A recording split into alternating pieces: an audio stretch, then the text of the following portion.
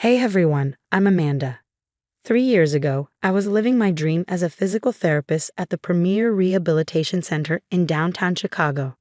My career was flourishing, and my marriage to Matthew Turner, a charming real estate agent, felt like a fairy tale. But fairy tales, as I soon learned, can turn into nightmares. Amanda, you're amazing with the patience, my colleague said one morning as I helped Mr. Rodriguez regain his walking strength. Thanks, I replied, smiling. I love seeing their progress. Little did I know that my own life would soon need rehabilitation. That evening, as I prepared dinner in our modern apartment overlooking Lake Michigan, Matthew dropped another financial bomb. Babe, Mom needs help with some family investments again this month, he said casually. I froze, knife hovering over the cutting board. Matthew, that's the third time this month. What happened to last week's transfer? His charming facade cracked. Don't question my mother's decisions, he snapped. She knows what's best for our future. My brother Mark had warned me about Matthew's controlling behavior. Sis, something's not adding up with their finances, he'd said during our weekly coffee meetup. But I defended Matthew, convinced that love could conquer all. The real wake-up call came when Henry Chen, Matthew's business partner, caught me in the office parking lot. Amanda, we need to talk, he whispered, glancing around nervously. I've noticed some irregularities in Matthew's client accounts. My best friend Mary noticed my distress over lunch. Amanda, you've lost weight. What's really going on? She pressed. Patricia keeps demanding more money every month, I confided.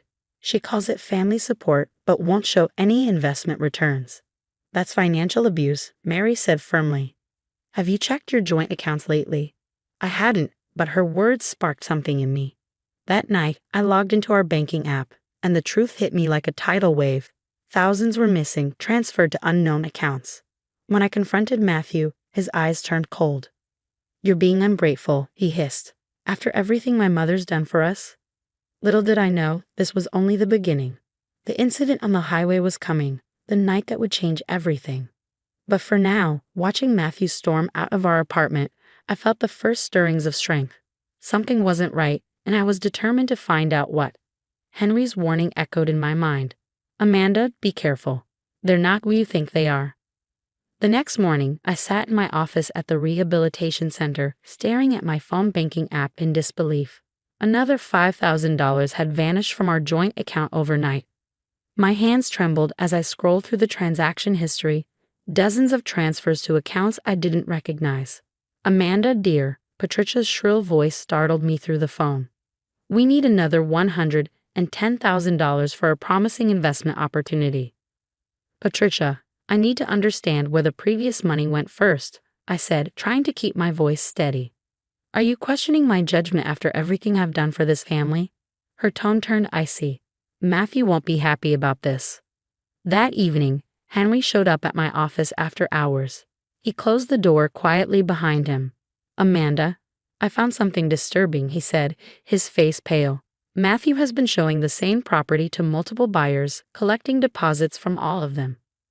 What are you saying? He's running a scam. And those investments your mother-in-law keeps demanding? They're not real. I've seen the paperwork. I began secretly photographing bank statements and saving incriminating emails. Mark helped me set up hidden cameras in my home office. The footage revealed Matthew sneaking in late at night, rifling through my personal documents. One evening, dragging back from visiting my parents, Matthew suddenly pulled over on a deserted highway. The sun was setting, casting long shadows across the empty road. You've been talking to Henry, haven't you? His voice was dangerously quiet. I have a right to know where our money is going. Get out, he snarled, grabbing my arm. Matthew, we're miles from anywhere. I said get out. He shoved me out of the car, threw my purse after me, and sped away, leaving me stranded in the growing darkness. Coyotes howled in the distance as the temperature plummeted, and my phone had no signal. Just as panic began to set in, headlights appeared on the horizon. My heart raced until I recognized Mary's car. She jumped out, running toward me.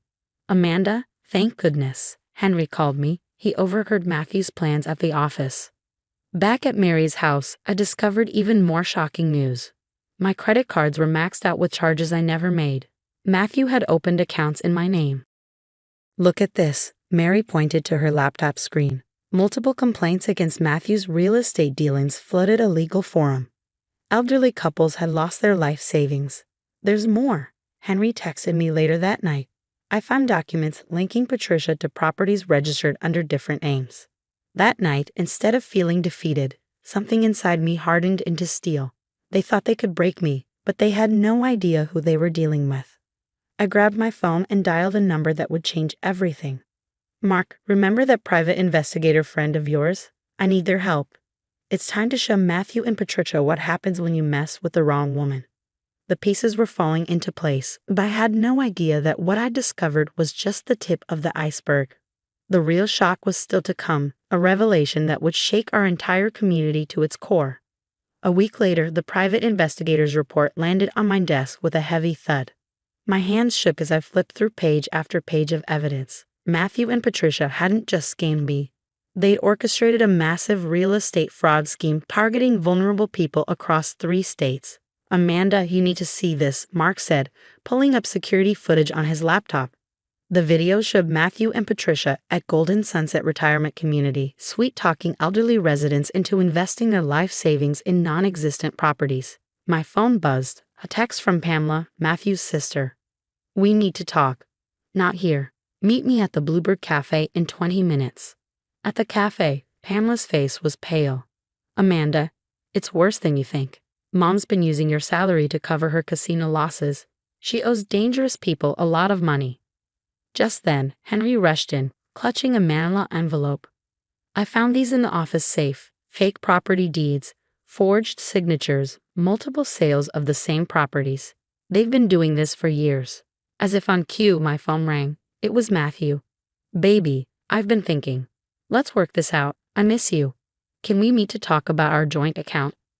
You mean the account you drained? I kept him talking while Mark recorded the call. That was a misunderstanding, he stammered. I can explain everything. But my focus shifted when a familiar voice caught my attention from the next booth. Yes, Mrs. Turner promised us oceanfront property in Arizona. We invested our entire retirement fund, cried Karen Martinez, a former patient of mine. My blood ran cold. They were targeting my own patients. Back at Mark's place, we spread out all the evidence, property documents, bank statements, victim testimonies. Henry had uncovered a network of fake companies all leading back to Matthew and Patricia. Look at this, Mary pointed to her computer screen. They're still collecting deposits for that Highland Park development. The land doesn't even exist. Suddenly, my phone exploded with notifications. Matthew had tried to access my new private account 6 times in the last hour. Then, a text from Pamela.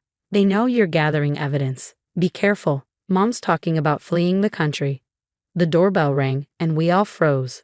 Through the security camera, we saw Karen Martinez and 5 other victims standing on the porch, holding papers. We saw your name on some documents, Karen said when we let them in. We want to help expose them. I looked around at the determined faces, my brother, my best friend, Henry, Pamela, and now these brave victims. Matthew and Patricia thought they were untouchable, but they'd never faced a united front like this. My phone buzzed again. An email from the State Real Estate Board. They wanted to meet tomorrow. Ready? Mark asked, gathering the evidence files. I straightened my spine. They picked the wrong woman to scam. The Real Estate Board meeting turned into a full-blown investigation. I watched from the back row as Karen Martinez testified, her voice strong despite her tears. The Turners took everything we had saved for 40 years. Matthew burst through the doors, desperation etched on his face. Amanda, please, we can work this out privately. There's nothing to work out, Matthew. The evidence speaks for itself. Henry stepped forward, laying out document after document, multiple sales of non-existent properties, forged signatures, fake investment schemes. Pamela stood up, trembling but resolute. I have to tell the truth. Mom and Matthew have done this before in other states. They just changed their company names and moved on. The board's decision was unanimous. Matthew's license was permanently revoked, but that was just the beginning. The local news broke the story. Prominent real estate agent and mother in massive fraud scheme. The phones started ringing. More victims came forward. More evidence piled up. Matthew made one last desperate move, showing up at my new apartment. "I've changed, Amanda. I'll pay everything back. Just drop the charges." "Like you paid back the elderly couples you robbed? The families whose homes you stole? Save it for the judge, Matthew." 3 months later, I stood in front of my new rehabilitation center. The sign read Phoenix Recovery, where healing begins. Mary and Mark stood beside me, beaming with pride. The news coverage continued. Matthew and Patricia faced multiple fraud charges, their assets frozen. The fancy house, the luxury cars, all gone. They couldn't even afford decent lawyers. Pamela visited me at the center one day. "They're completely broke," she said. "Mom's facing years in prison, and Matthew? He's working at a fast food joint, trying to pay back his debts." "And you?" I asked, smiling. "Starting fresh, helping other fraud victims rebuild their lives, just like you." They thought they could destroy me, but instead, I rose from the ashes stronger than ever, and now I'm helping others do the same. My center flourished, transforming into a haven for survivors of both physical and financial trauma. Mary managed our outreach program, bringing in new patients and spreading hope, while Mark headed up our legal support services, helping countless fraud victims reclaim their lives. 1 year later, I stood at my office window, watching as Matthew shuffled past in his fast food uniform. He looked old, defeated, a shell of the man who once manipulated and betrayed me. Patricia was serving her sentence, her reputation in tatters while their empire crumbled to dust. "Miss Mitchell," my assistant poked her head in. "The governor's office called. They want you to head the new fraud prevention task force." I smiled, my fingers brushing against the plaque on my wall. "Phoenix Recovery, rising stronger." That's exactly what I did. I rose from their ashes and built something beautiful. The center was packed for our first anniversary celebration. Former patients shared their recovery stories, each tale a testament to resilience and healing. Karen Martinez, the woman who once lost everything to Matthew's schemes, walked across the stage unassisted to thunderous applause. "You did it, Amanda," Mary whispered, pulling me into a tight hug. "You turned their evil into something good." I looked out at the crowd, my brother, my best friend, my patients, my dedicated staff. I felt nothing but peace. Matthew and Patricia thought they could break me, but instead, they made me unbreakable. And that's my story. Sometimes the worst betrayals lead to the best transformations. You just have to stay strong, gather your evidence, and never let toxic people dim your light. If you're facing toxic relationships or financial abuse, don't suffer in silence. There's always a way out, and karma has a way of catching up with those who wrong you. Today, Phoenix Recovery has 3 locations across the state. We've helped hundreds rebuild their lives, both physically and emotionally. Our legal support program, led by Mark, has brought justice to countless fraud victims. Just last week, I received a letter from Patricia, begging for forgiveness from prison. I didn't open it. Some bridges are better left burned. Matthew? He's still working at that fast food place, living in a tiny studio apartment. Occasionally, he watches my success from afar, but he knows better than to approach. As for Pamela, she's become a powerful advocate for fraud prevention, sharing our story at conferences nationwide. Have you ever faced someone who tried to destroy you, only to find their actions led you to a better life? What was your turning point from being a victim to becoming a victor? Share your story in the comments. Your experience might help someone else find their strength. Think about it. Would Amanda have built her successful rehabilitation centers if Matthew and Patricia hadn't pushed her to her breaking point? Sometimes, our greatest achievements rise from our darkest moments.